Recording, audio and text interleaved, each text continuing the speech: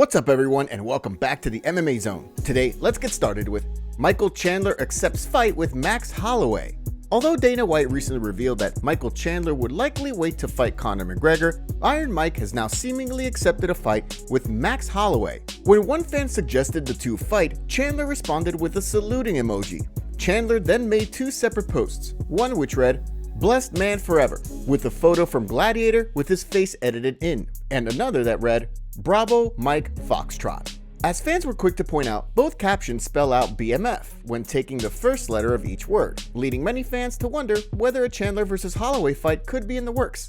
As one fan wrote, "Even if you won against Max, you'd lose. Just wait for Conor. What's 6 more months at this point?" Another added, "You could fight twice and still be ready for Conor when that happens. Red Panty Night is owed to you, no matter how long it takes." Another wrote, "Better fight than the Conor one. More stakes, more rewards, tougher matchup, would love to see it."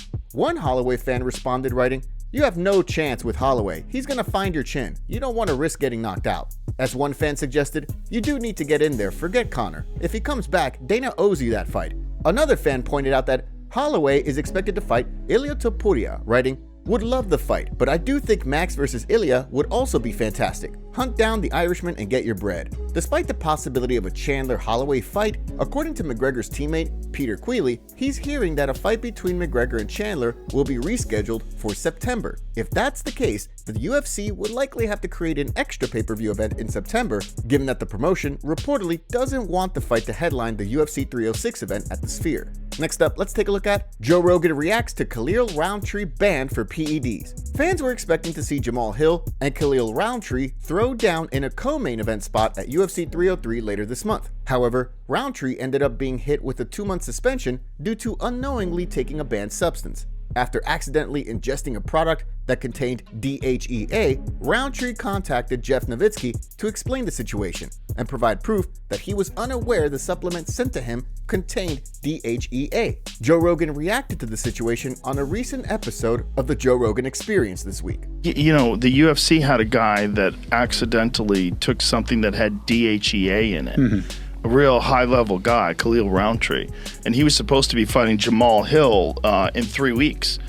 And he found out that there was DHEA in it. He informed the UFC, told them, and DHEA isn't even performance enhancing. Yeah. And they banned him for 2 months. So he got a 2 months. So he missed out on like the biggest opportunity of his career.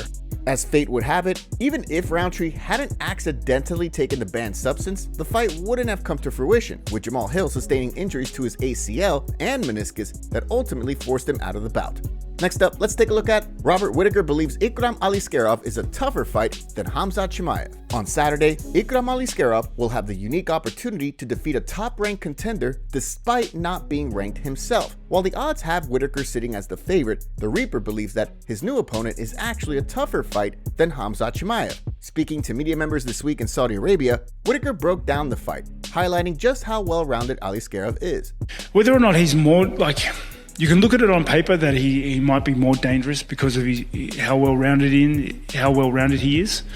But honestly, every fight brings a level of threat and a level of danger that has to be addressed. Despite that, Whittaker made it clear that on Saturday night, his plan is to be the hunter inside the octagon. During his media scrum, Ikram Aliskerov responded while speaking through a translator. I'm not used to being the prey over there in the octagon. I'm not used to for somebody hunting me, so I'm going to be the one that's going to surprise him and unpleasantly surprise him about being a hunter myself, and I'm going to make sure that I'll do whatever I need to do to finish the fight. With a chance to defeat a former champion, the stakes couldn't be higher for Aliskerov, as he looks to shock the world on short notice. Next, let's take a look at Ian Garry sends a warning to Michael Page. The trash talk is heating up between Michael Venom Page and Ian Garry ahead of their upcoming clash at UFC 303. The pair have continued to take verbal jabs at one another as of late, with MVP recently predicting that the fight would last just 2 minutes. While speaking in an interview with MMA Junkie this week, Ian Garry fired back, offering a prediction of his own for how the fight will play out. You think he thinks it's going to be a 2-minute fight? I bet you he throws 3 shots in 2 minutes. I bet you he's super cautious and he's super careful because he knows how dangerous I am. I bet you he's going to be shitting himself and he is going to be frozen. He's going to do his stupid handwork, his footwork. He's going to do that because what he wants is reactions. He wants me to react. He wants me to open up or try do something. I guarantee you, go watch the first fight he had or the second fight he had with Douglas Lima. Yeah. And watch how many shots he threw in the first 2.5 minutes. As Garry predicted, he believes that he will absolutely dominate MVP in every aspect of the fight. Based on the live odds, the majority of the MMA community seems to be in agreement, with Garry currently sitting as a negative 136 favorite, while Paige sits as a slight underdog with plus 106 odds. Next, let's take a look at Dana White breaks silence on Ronda Rousey and Ariel reacts. At one point in time, Ronda Rousey had the fight game in the palm of her hand, racking up win after win while proving herself as a pay-per-view draw. Despite that, Rousey's loss to Holly Holm marked the start of what ended up being a sudden downfall. Following the loss, Rousey took a year off from competition before returning to fight Amanda Nunes, where she appeared to have done little to improve her skill set. The way Dana White sees things, Rousey was a victim of her own success. During a recent episode of Club Shay Shay, he weighed in on Rousey's career. Well, what happened with Ronda was very unique in that she came in and put this thing on the world stage. This thing being women fighting. Women fighting, yeah. She put it on the world stage. Correct. Right? At a level that nobody else could have ever done it. And while she was doing what she was doing, building the sport and the UFC and women, all these other women were training to be her. You know what I mean? Yes. She had taken so much on her shoulders at the time. It was literally impossible for her to keep growing as a fighter during that period. Ariel Helwani was quick to react to the comments, writing, "By this logic, no superstar athlete could be successful for more than 3 years. The revisionist history on Ronda's MMA departure is getting a little wacky. It's not that complicated. She was incredible, a megastar. She helped open the door to a whole new generation of fighters. And then she lost to a better fighter, and then another, and then retired. It happens." While Rousey's downfall was a quick one, her time as one of the biggest stars in the sport can't be denied. Next, let's take a look at Kamaru Usman was nervous to fight Jorge Masvidal.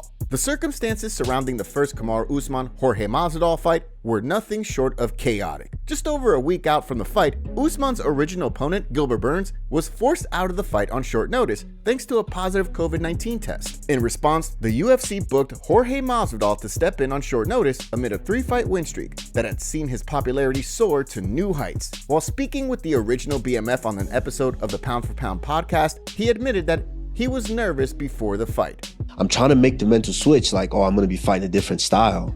You know, he's fast hands, he's good counterpuncher. I'm trying to picture all this, but I'm seeing this every day. And they're asking me every interview, how are you going to deal with this? And I'm watching your interviews, and I'm going to baptize this guy. And it gets like, to no, me. not I'm me. in the hotel. Yeah, exactly. I'm like, oh, is he going to baptize me? What the is it? And I'm in the hotel, and I'm super nervous for this. Despite the nerves, Usman put on a flawless performance, dominating Masvidal from bell to bell en route to a unanimous decision victory before then finishing him in the rematch in 2021. Now, let's shift gears and take a look at Ryan Garcia fighting in the UFC next. Ryan Garcia's recent PED failure surrounding his fight with Devin Haney has now reportedly landed him a 1-year suspension. Reporter Dan Rafael broke the news, revealing that in addition to Garcia's suspension, he has also forfeited his official $1.1 million contract purse to Golden Boy Promotions. On top of that, Garcia will also reportedly have to pay a fine to the state of New York, totaling $10,000, and will have his win overturned to a no contest. Amid the news, Garcia took to social media, dropping some big, albeit unexpected news for his fans, writing, "I'm headed to the UFC."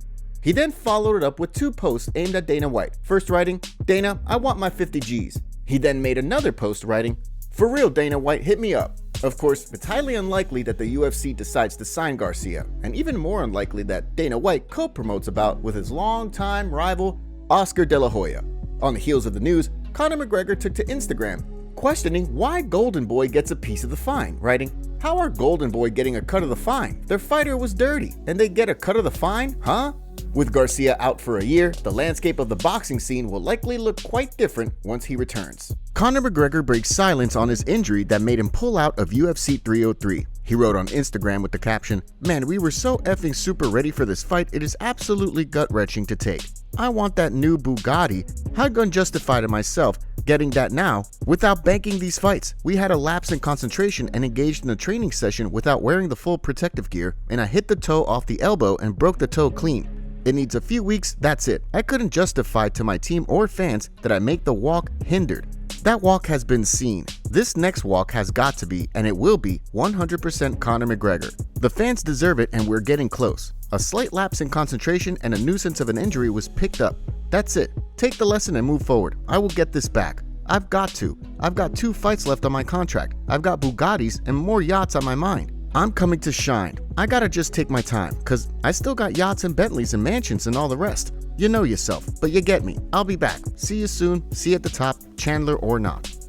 A UFC gym catches on fire in Chicago, causing evacuation. Firefighters were able to put out the fire before it spread to other buildings, but the gym is currently being closed for renovations as the roof and other amenities were damaged in the fire.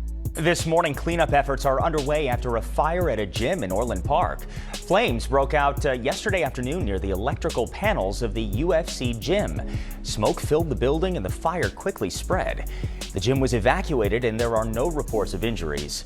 Damage, though, is extensive and several neighboring businesses are also closed. Top comments. I feel like Kobe stands in front of a mirror every night and says to himself, "You are a star. You are the best." LOL. Dude is in major denial. Colby saying DC has never been the A-side is hilarious. He only held 2 belts at the same time, LOL. He didn't even say anything mean about Colby either. What a baby. Says DC's his friend too before spouting that piece. What a joke. Bootlicking Bisping fits good. Bisping sucks. Classic bully. Talks ish about someone and when the person replies in kind, says, "Whoa, calm down. It wasn't serious." Colby saying Daniel Cormier has never been the A-side? Cormier was champion in 2 weight classes, while Colby has lost 3 fights for the welterweight championship. LOL, what a freaking dork.